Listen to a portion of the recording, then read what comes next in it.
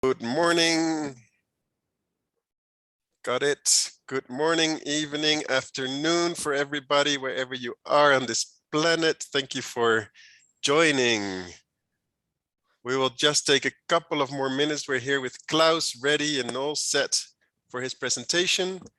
Just a couple of more minutes to have other people joining as well and give them a chance to be part of this.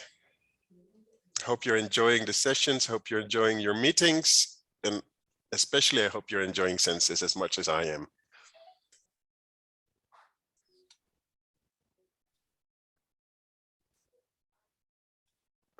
Okay.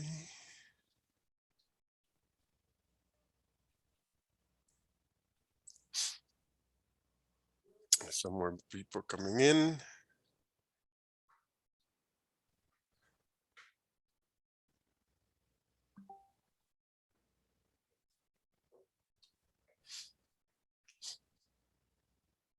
Good morning, good morning, good morning, everybody.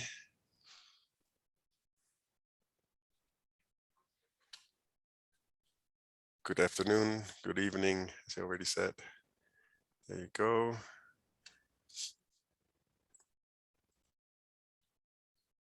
Hello, how are you? Hi, everyone. Good morning, Brams. Good morning. Thank you for joining. Good morning.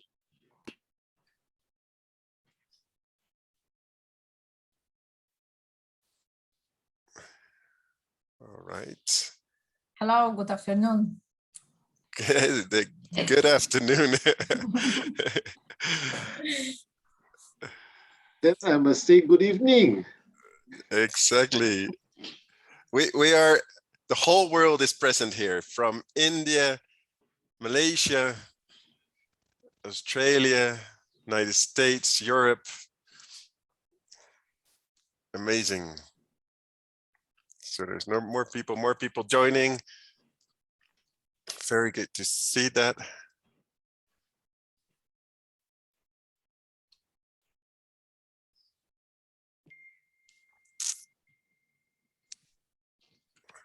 All righty. So Klaus is all ready. But more people joining. I thought we're too punctual here in this. That's not very South American, right? We should be waiting a bit longer. So yes, thank you all for joining. We have Klaus Fields here with us. He's expedition leader, and he is part of the furniture of metropolitan touring here in Ecuador. He is a vivid enjoyer of life and loves the Amazon. Is actually started probably, as I understood, your life in the Amazon, in the nature as a biologist, and now you're expedition leader and for Galapagos in metropolitan touring. Klaus, this crowd is yours. Thank you. Thank you. I heard the voice was dimming. Was it just my impression? Can everybody hear me all right? We can hear you loud and clear. Perfect, Yeah. perfect.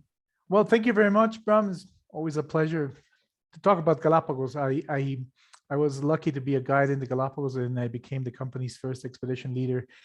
And all that time, every morning I woke up, I realized I was being paid to be in one of the world's most amazing places. So talk about that is always something that I will enjoy doing.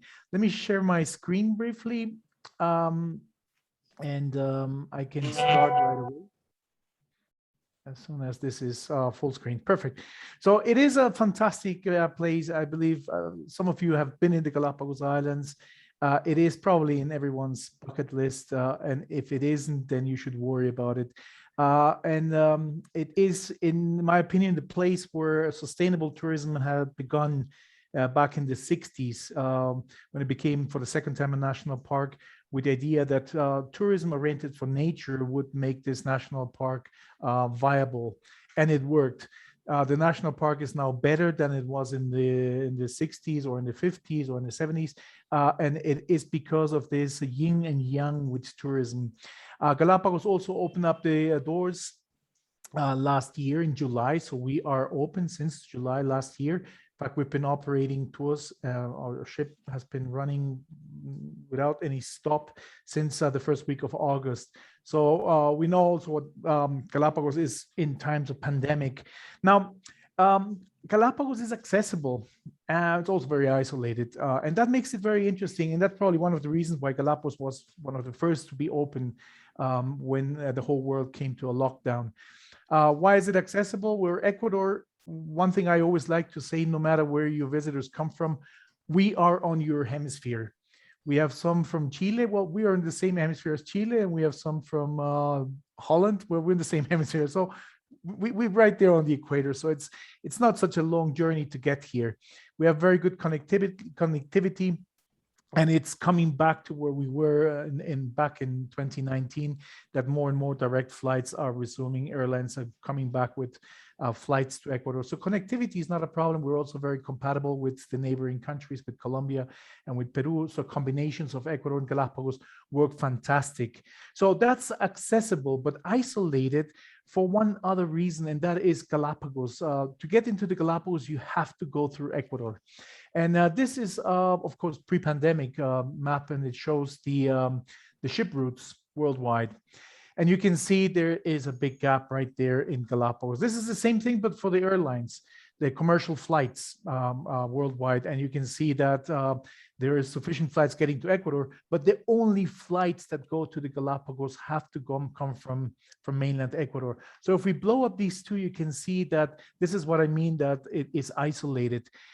Any ship that goes to the Galapagos must go through Ecuador. And that's if you have a little sailboat and you want to sail around the world. Every year we have a lot of little sailboats. They arrive in Galapagos and then they could continue, but they must originate in Ecuador. And the few cargo ships that bring the supplies to Ecuador, they must originate in Ecuador.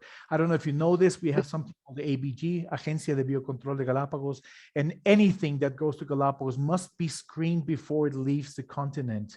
So airplanes are disinfected, disinsected, luggage is being screened, all the cargo is being screened before it arrives to before it takes off mainland, goes to the Galapagos. Same thing with ships. There's a special cargo dock in Guayaquil only for the Galapagos Islands. So they keep it as sterile as possible, which means that all the cargo that is going to be shipped to the Galapagos, it takes 2 days time for the ships to reach Galapagos. Everything has to be screened, disinfected, disinfected, and this is all before the pandemic.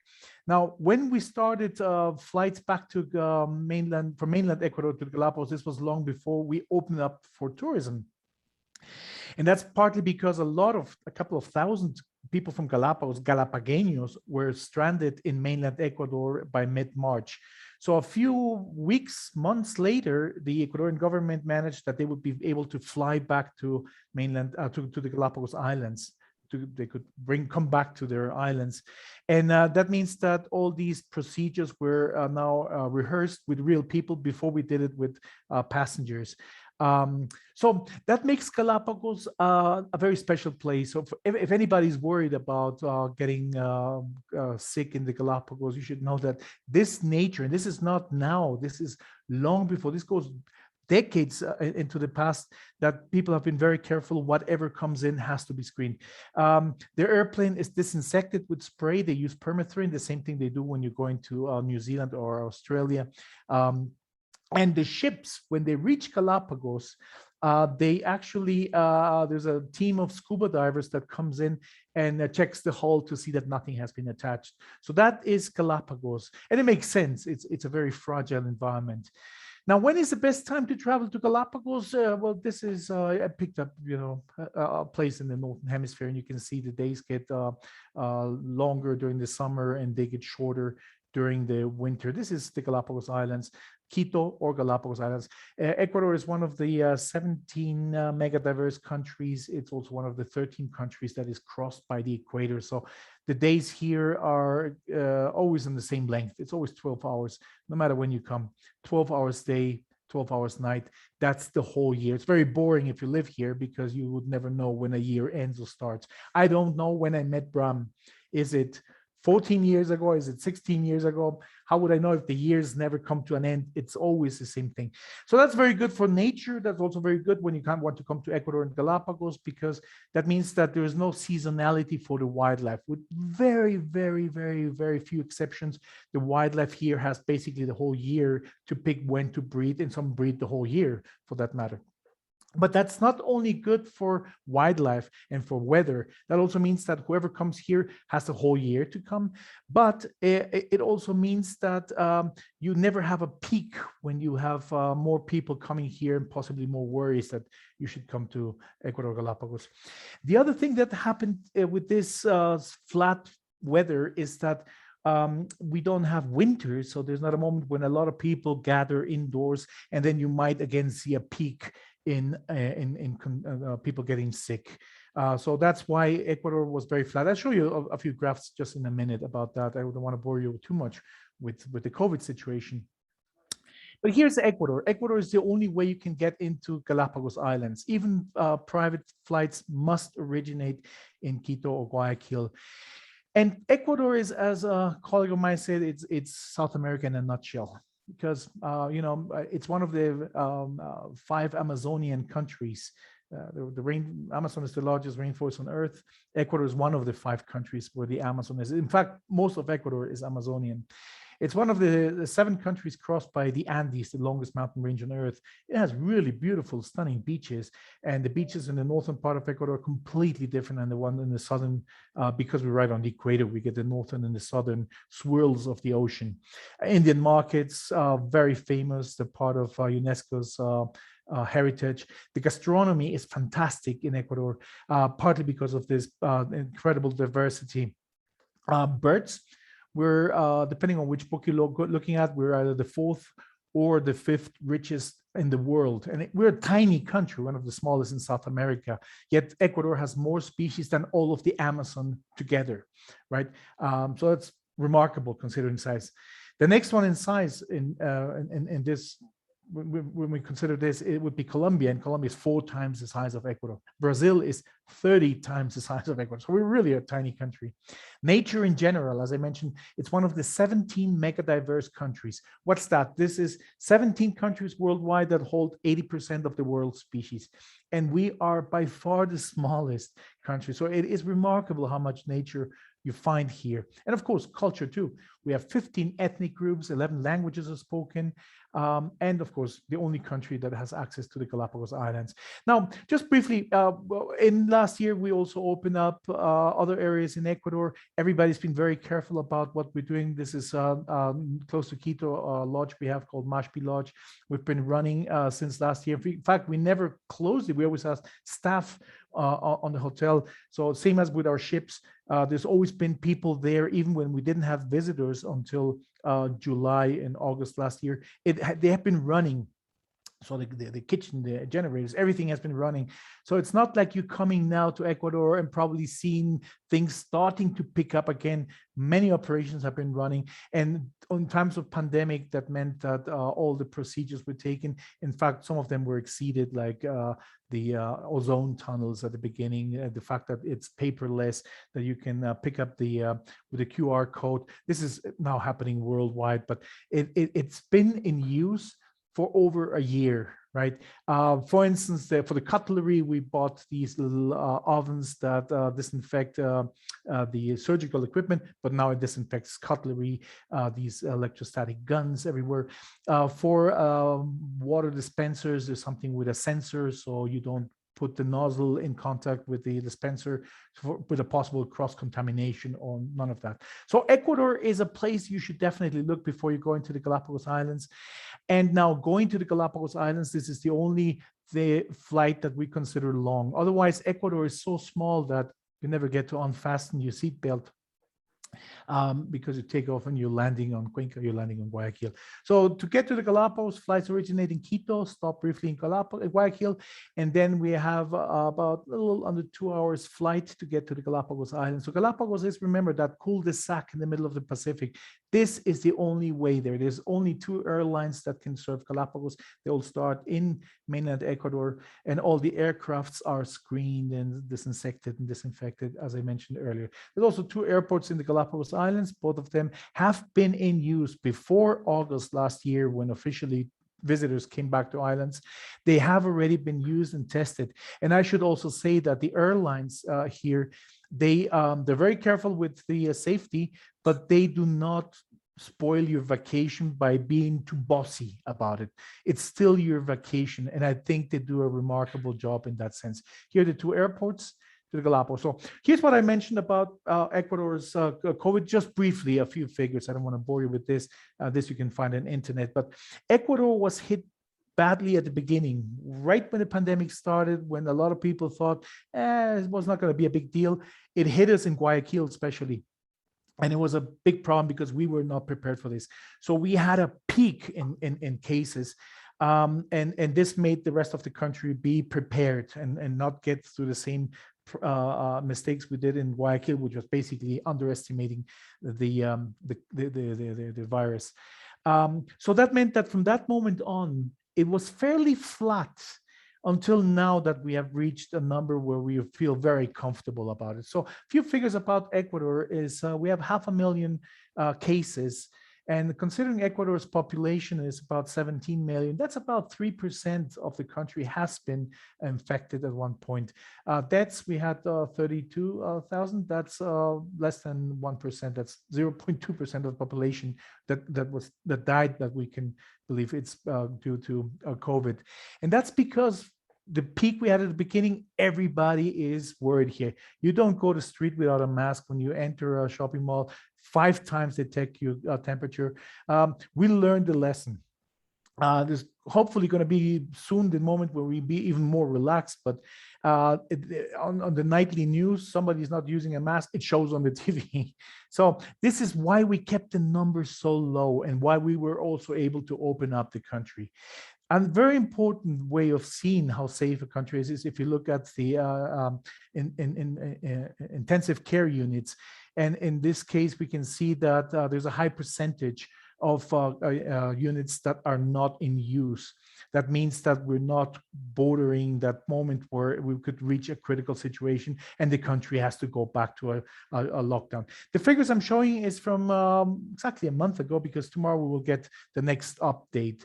And then the updates in the last months have been very refreshing that we can see this. And this is made mostly because of this. Ecuador is ranking very well in terms of how much of the population has been vaccinated. So we're talking about 63% at the moment.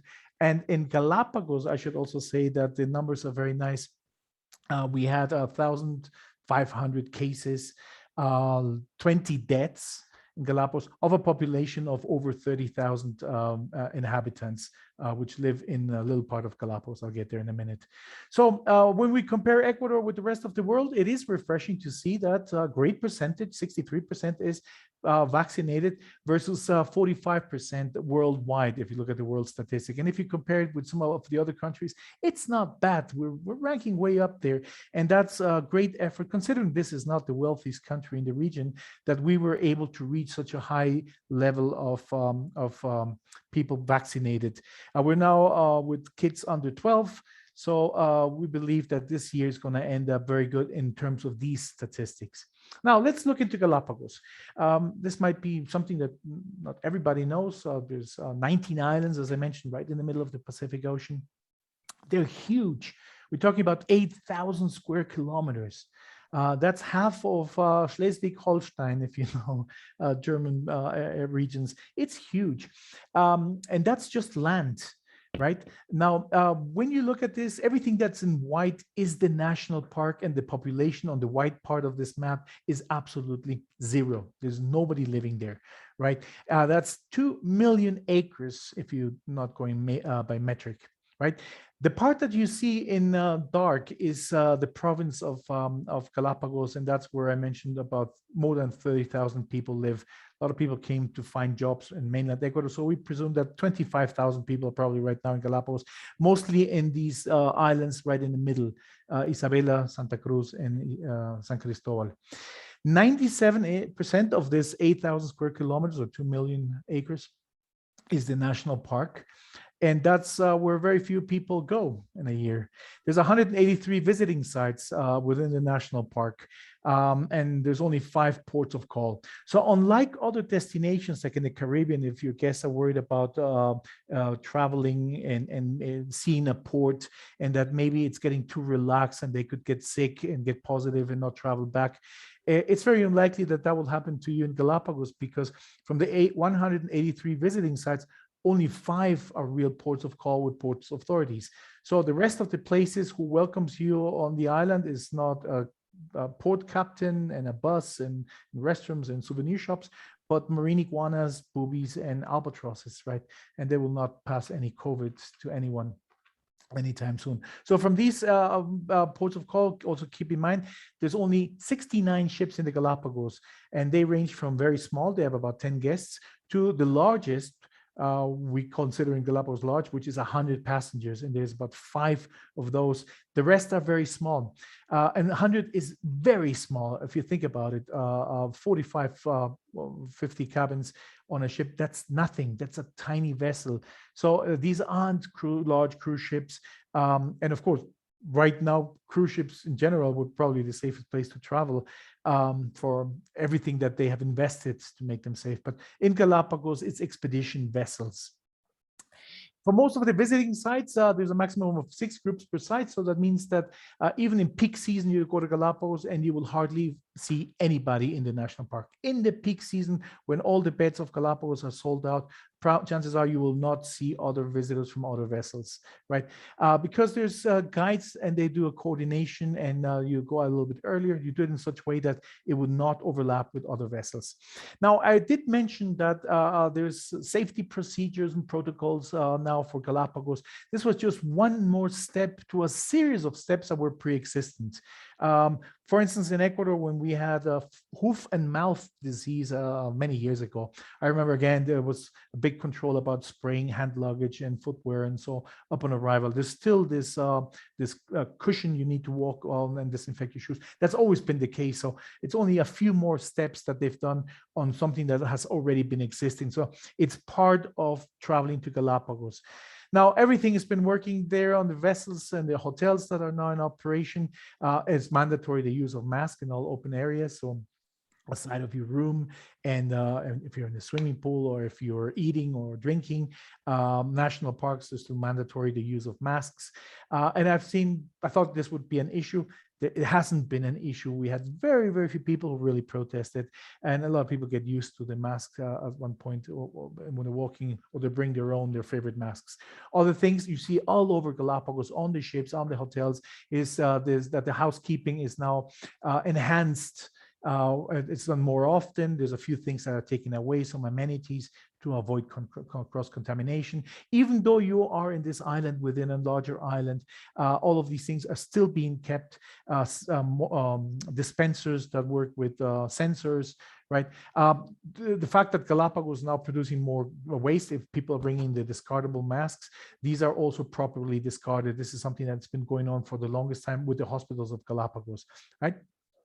Eating inside, eating outdoors, and the QR codes that goes on. In our case, even the snorkeling gear, if you don't bring your own gear, the mouthpiece, we give you a brand new mouthpiece, for instance, for snorkeling, if you're using the ship snorkeling. Otherwise, it's the medical officer on the ship that supervises the cleanup of the wetsuits and the masks and fins and all that, if you're using the ship's gear. So that's normal. But you should know that Galapagos is about nature. Most of Ecuador is about nature. You'll be outdoors. You'll be in places where it's you're not indoors in the Sistine Chapel with thousands of other people. You'll be in open areas. Ecuador is nature. Galapagos is nature, and you're walking outdoors surrounded by wildlife, small groups led by naturalists. You can never be on your own wandering about the islands. When you're going snorkeling, the same thing is small groups. So that works fantastic. And Galapagos is family friendly. We always suggest 6 years of age. And then come to the Galapagos, and there's activities for children. It's not like in cruising in the Caribbean where you find a kids club that will take care of your kids. None of that will happen. You have tons of activities to do on the vessels in Galapagos, aside of the walk. That's kayaking, paddle boarding, glass bottom boat rides. In some of the islands, there's biking, there's scuba diving in Galapagos. So that's it. So if I can indulge myself with these last images, and this is what it is like to be in the Galapagos Islands, and it's this: the proximity of nature. Animals do not show fear of the wildlife of humans, not because they don't fear humans, simply because they do not have they do not have the mechanical response to fear, something they lost in their evolutionary past, because there are no predators on land. Galapagos is one of the best whaling places in the world. We have 23 species of cetaceans, from humpbacks to blue whales to lots of dolphins, and that's year-round. Humpbacks, what you're seeing here, it's during the northern summer that we have more sightings of humpbacks. And here's the thing: kayaking out, surrounded by sea lions, you never know who's more fascinated, the people or the sea lions, and it is fun. These are sit-on-top kayaks, so there's no training involved here to get out there, and look what happens underwater. So if you want to have a better look, everybody offers snorkeling. Snorkeling in Galapagos is amazing. If you haven't done it, you should do it in Galapagos. Somebody said it's the fishiest place on earth, right? You get in and out of the zodiacs using these ladders. Some vessels also provide glass bottom boats. And this is, we call it the dry snorkeling, which means you get to see what happens on the water. Even snorkelers often sign up for these rides as well. So they have a guide that actually says that's a surgeonfish. Why is it called a surgeonfish? And so on and so forth. So just to end, when we opened up last year, first week of August, we were very excited. We were also frightened. We didn't know if people would come. And we said, we will operate even if one person will come. The nice thing is that the airlines also said, if you will move your ship for one person, we will move the planes for that one person. And it happened. It wasn't one person, it was a family of 6. These were the first visitors of Galapagos. This was on the first week of August, and by December, it was 15,000 people went to the Galapagos Islands, visitors. So it has been running. It has been running flawlessly. Don't scrape it off your list of places to travel. There's tons of fun things to see. And as I mentioned, it's right now still mandatory the use of masks, and nobody wants it. When you go in snorkeling, of course, you take it off. And basically, that's what I had today. So, Bram, I don't know if you want to look at questions of somebody's. There's your pens are ready. One question. Oh, I can't wait to get to Galapagos again and be on any boat, and hopefully it'll be one of yours. But yes, we do have a question from Helena.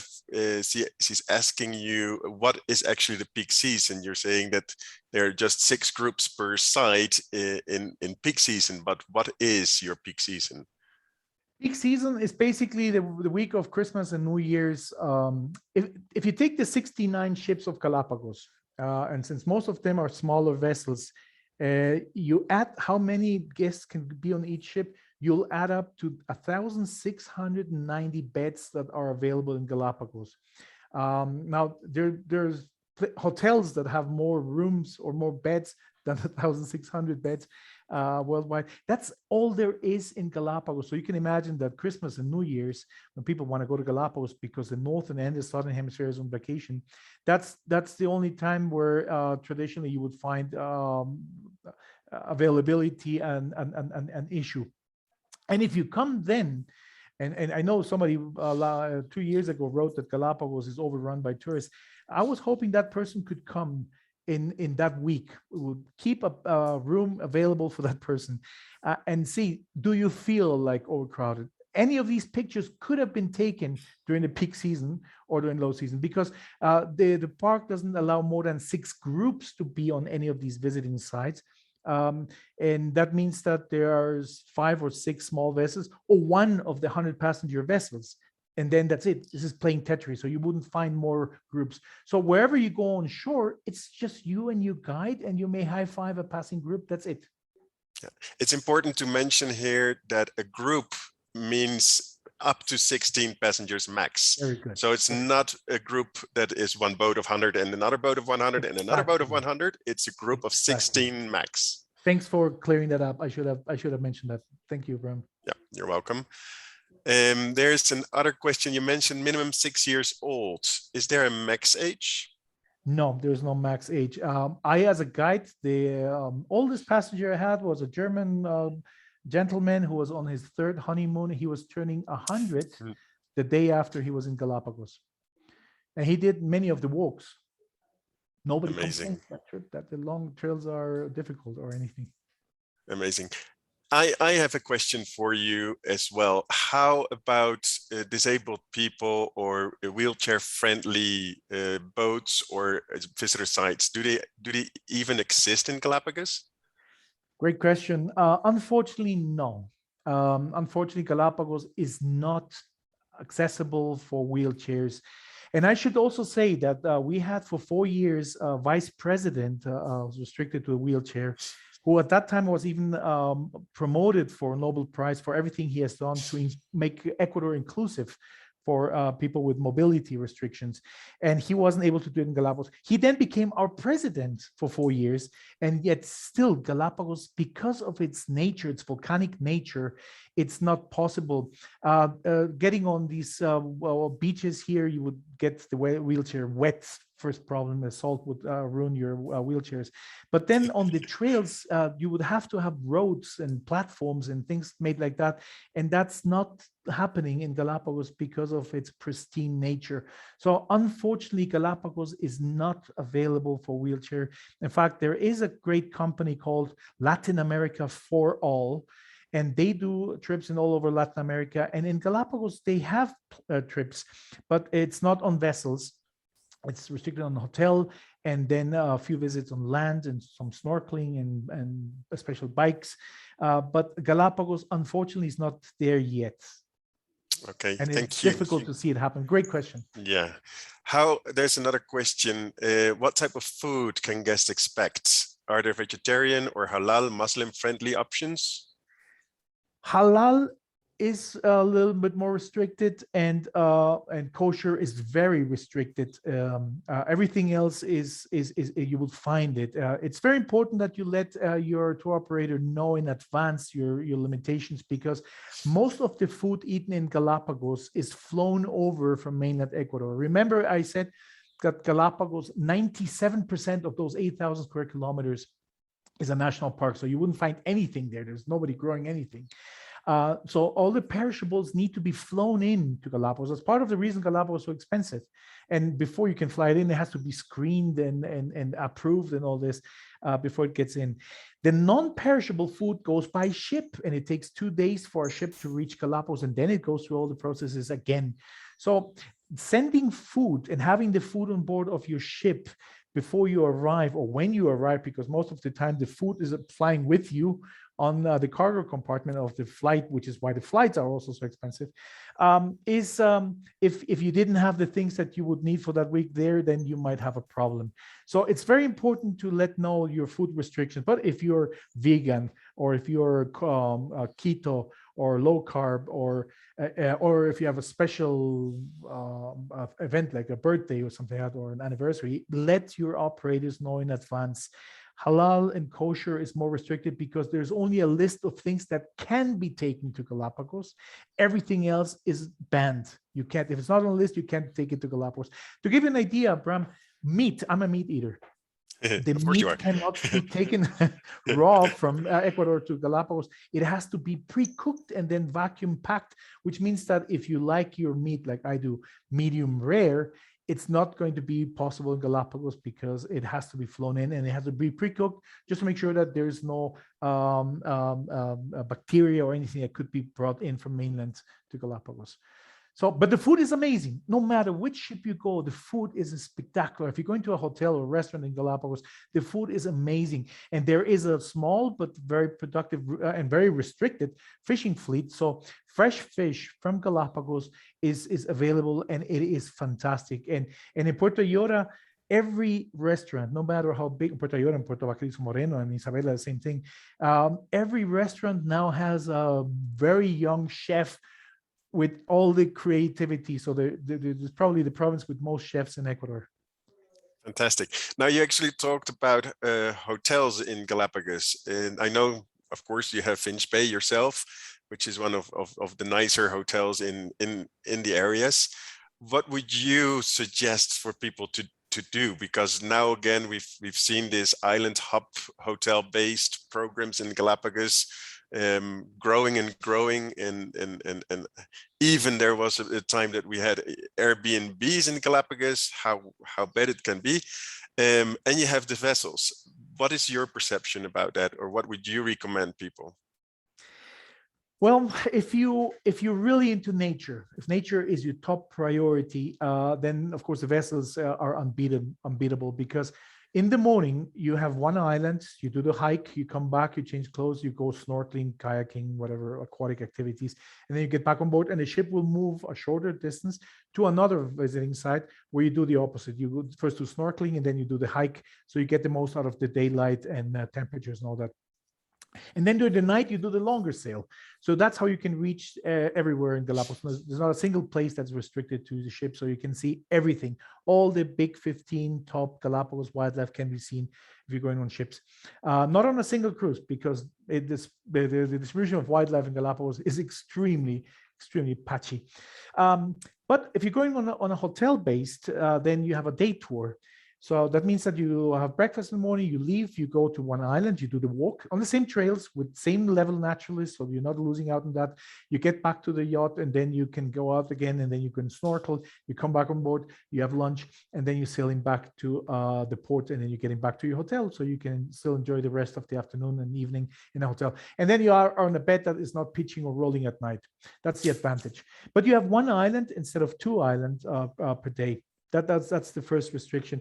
The most important restriction is that there is far many more beds in hotels in Galapagos, although they're restricted to the 3% of Galapagos that's not a national park. There's six times more beds on hotels than on ships.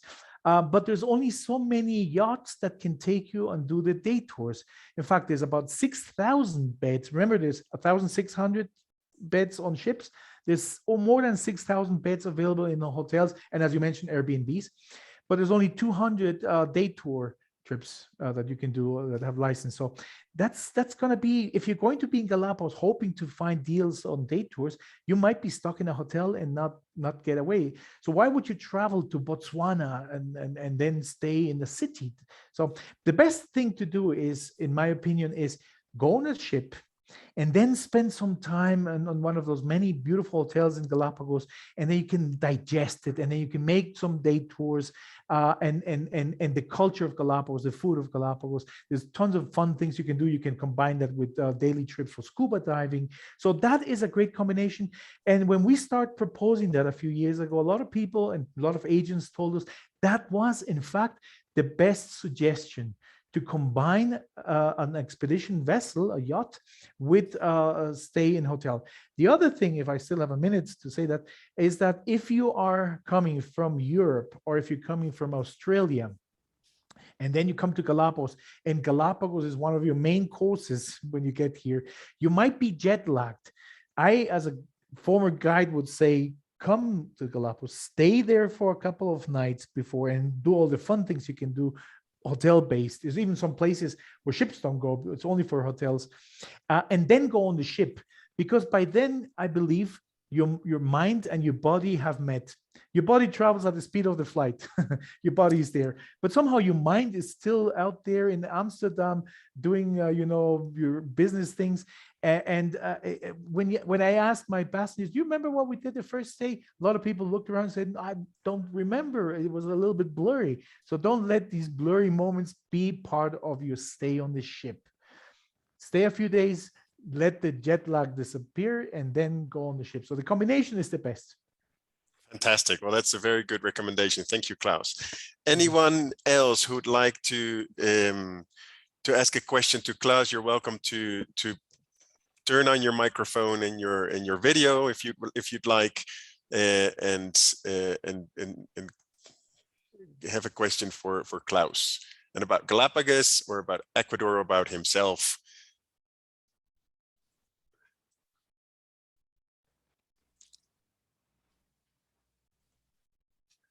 Thank you, Gillian.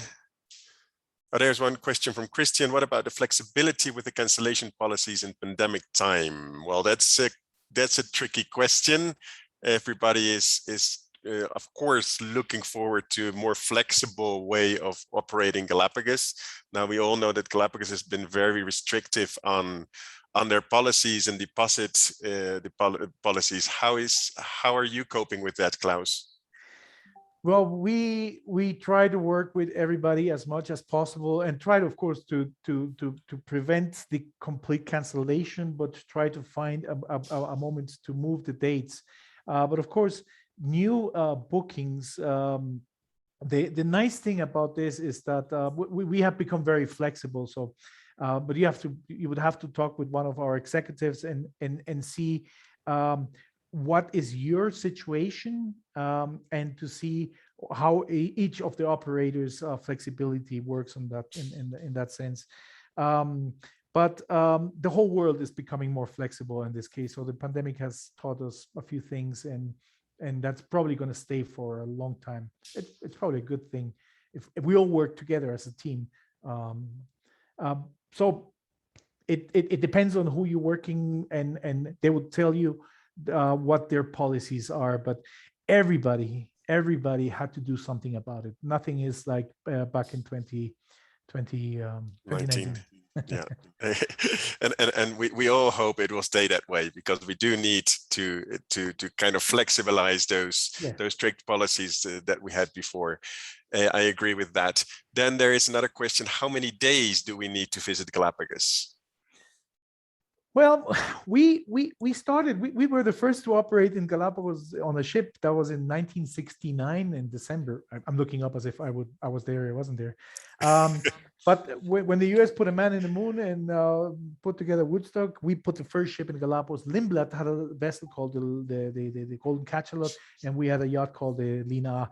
So since then, we could see how tourism has also changed. When I was a guide in Galapagos, I used to do charters of 3 weeks. So the same group would be 3 weeks on a trip doing around the Galapagos. You don't see that. That was a long time ago, but you had still some cruises doing 2-week stays in Galapagos. The most common is probably 1 week, Monday or Sunday. In Galapagos, there's a law that says that the ships have to do an itinerary where you do not repeat any of the 183 visited sites, how many you choose for this. You can't repeat anything in 2 weeks' time, then you have to start all over again. So in those 2 weeks, you make an itinerary of Galapagos, and then you can break it down into 2 weekly trips. You cover everything, or you can have 3 trips and so on. So we did a lot of testing, and for this question, Helena, is that we tried to see what's the most sold length. We have 3 nights, 4 nights, 5 nights, 6 nights, 7 nights, 8 nights, 9 nights, 10, 11, and 14 nights, and which is the best sold. And we polarized the results with what's the one that produces the happiest travelers, where you can see it has to do with the length. And in our case, we could clearly see that the 4-night and the 6-night were the best. Operationally, it's very challenging to operate. 1 week we operate Monday and Friday, and the next week we operate on Thursday, and then again Monday, Friday, and then on Thursday. It's a big challenge with the airlines, with the airports, with the local guides, with the international flights, with a number of things. But we know that this is one that is foolproof. My suggestion is, if you have visitors who are interested, the 4 nights, if that's too short, or 6 nights too short, 4 + 4 is 8 nights, and you still have 8 nights that you don't repeat anything. On any ship you go, if you add the next itinerary, you know it's going to be places that you haven't seen before. So if you can stay 2 weeks, and it's fantastic. You will see everything that ship has to offer. But who has 2 weeks time-wise or money-wise, because Galapagos, we all know, is not the most it's the most expensive part probably of South America.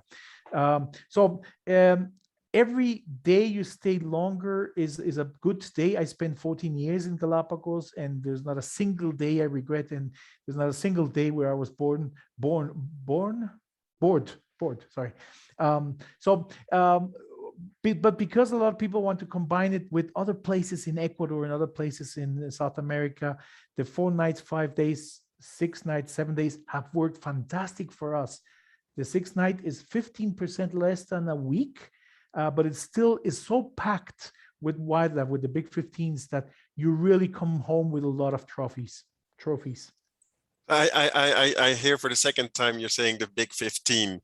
That's in comparison with the big 5 of Africa. Can you just highlight that quickly, that about the big 15? Oh, absolutely. Here's a big 15. The big 15 are animals. How did this list come about? And is which animals are you seeing in Galapagos, and which ones are the most exciting, the ones that you really want to tick off your list, right? So there's hundreds of species in Galapagos. Most of them are just found in Galapagos. But so to get into the big 15 list, the criteria was you don't have to have a special permit or special skills to be able to see it, like hammerhead sharks or whale sharks or the pink iguana on Wolf Volcano that maybe 20 people have seen, all of them scientists. So everybody could see it. All you need is just to go on shore and you would see them. Terrestrial animals, not underwater. You can see them when you're walking. And how do you make it in this criterion? How long can I talk to you, Bram, about this species? And how long is the regular person, not the scientist, willing to still listen? Hey, that's interesting what you're telling me, before it gets boring. So with that criteria, we narrowed it down, and the 5 would have been too much controversy because it was very disparate when we did a very large survey. So we decided to stretch it to 15. Fantastic. So I love it. And you can hear about them. Yeah. Well, I think that's amazing, and everybody should go and come and see those big 15 here in Galapagos. And any one of us here at Senses will, any supplier will be very happy to host you if there's any of the buyers attending, and show you more and tell you more about Galapagos. Anything you need, count on your counterpart here in Ecuador and Galapagos. We're here always to clear up any of your doubts. So please make sure to make it this way, and of course also promote it to your clientele. I want to thank Klaus for this fantastic presentation, and I want to thank all of you for participating and for being here with us. Thank you so much. Great pleasure. Great to see you, Bram. Likewise, Klaus. Bye-bye, everyone.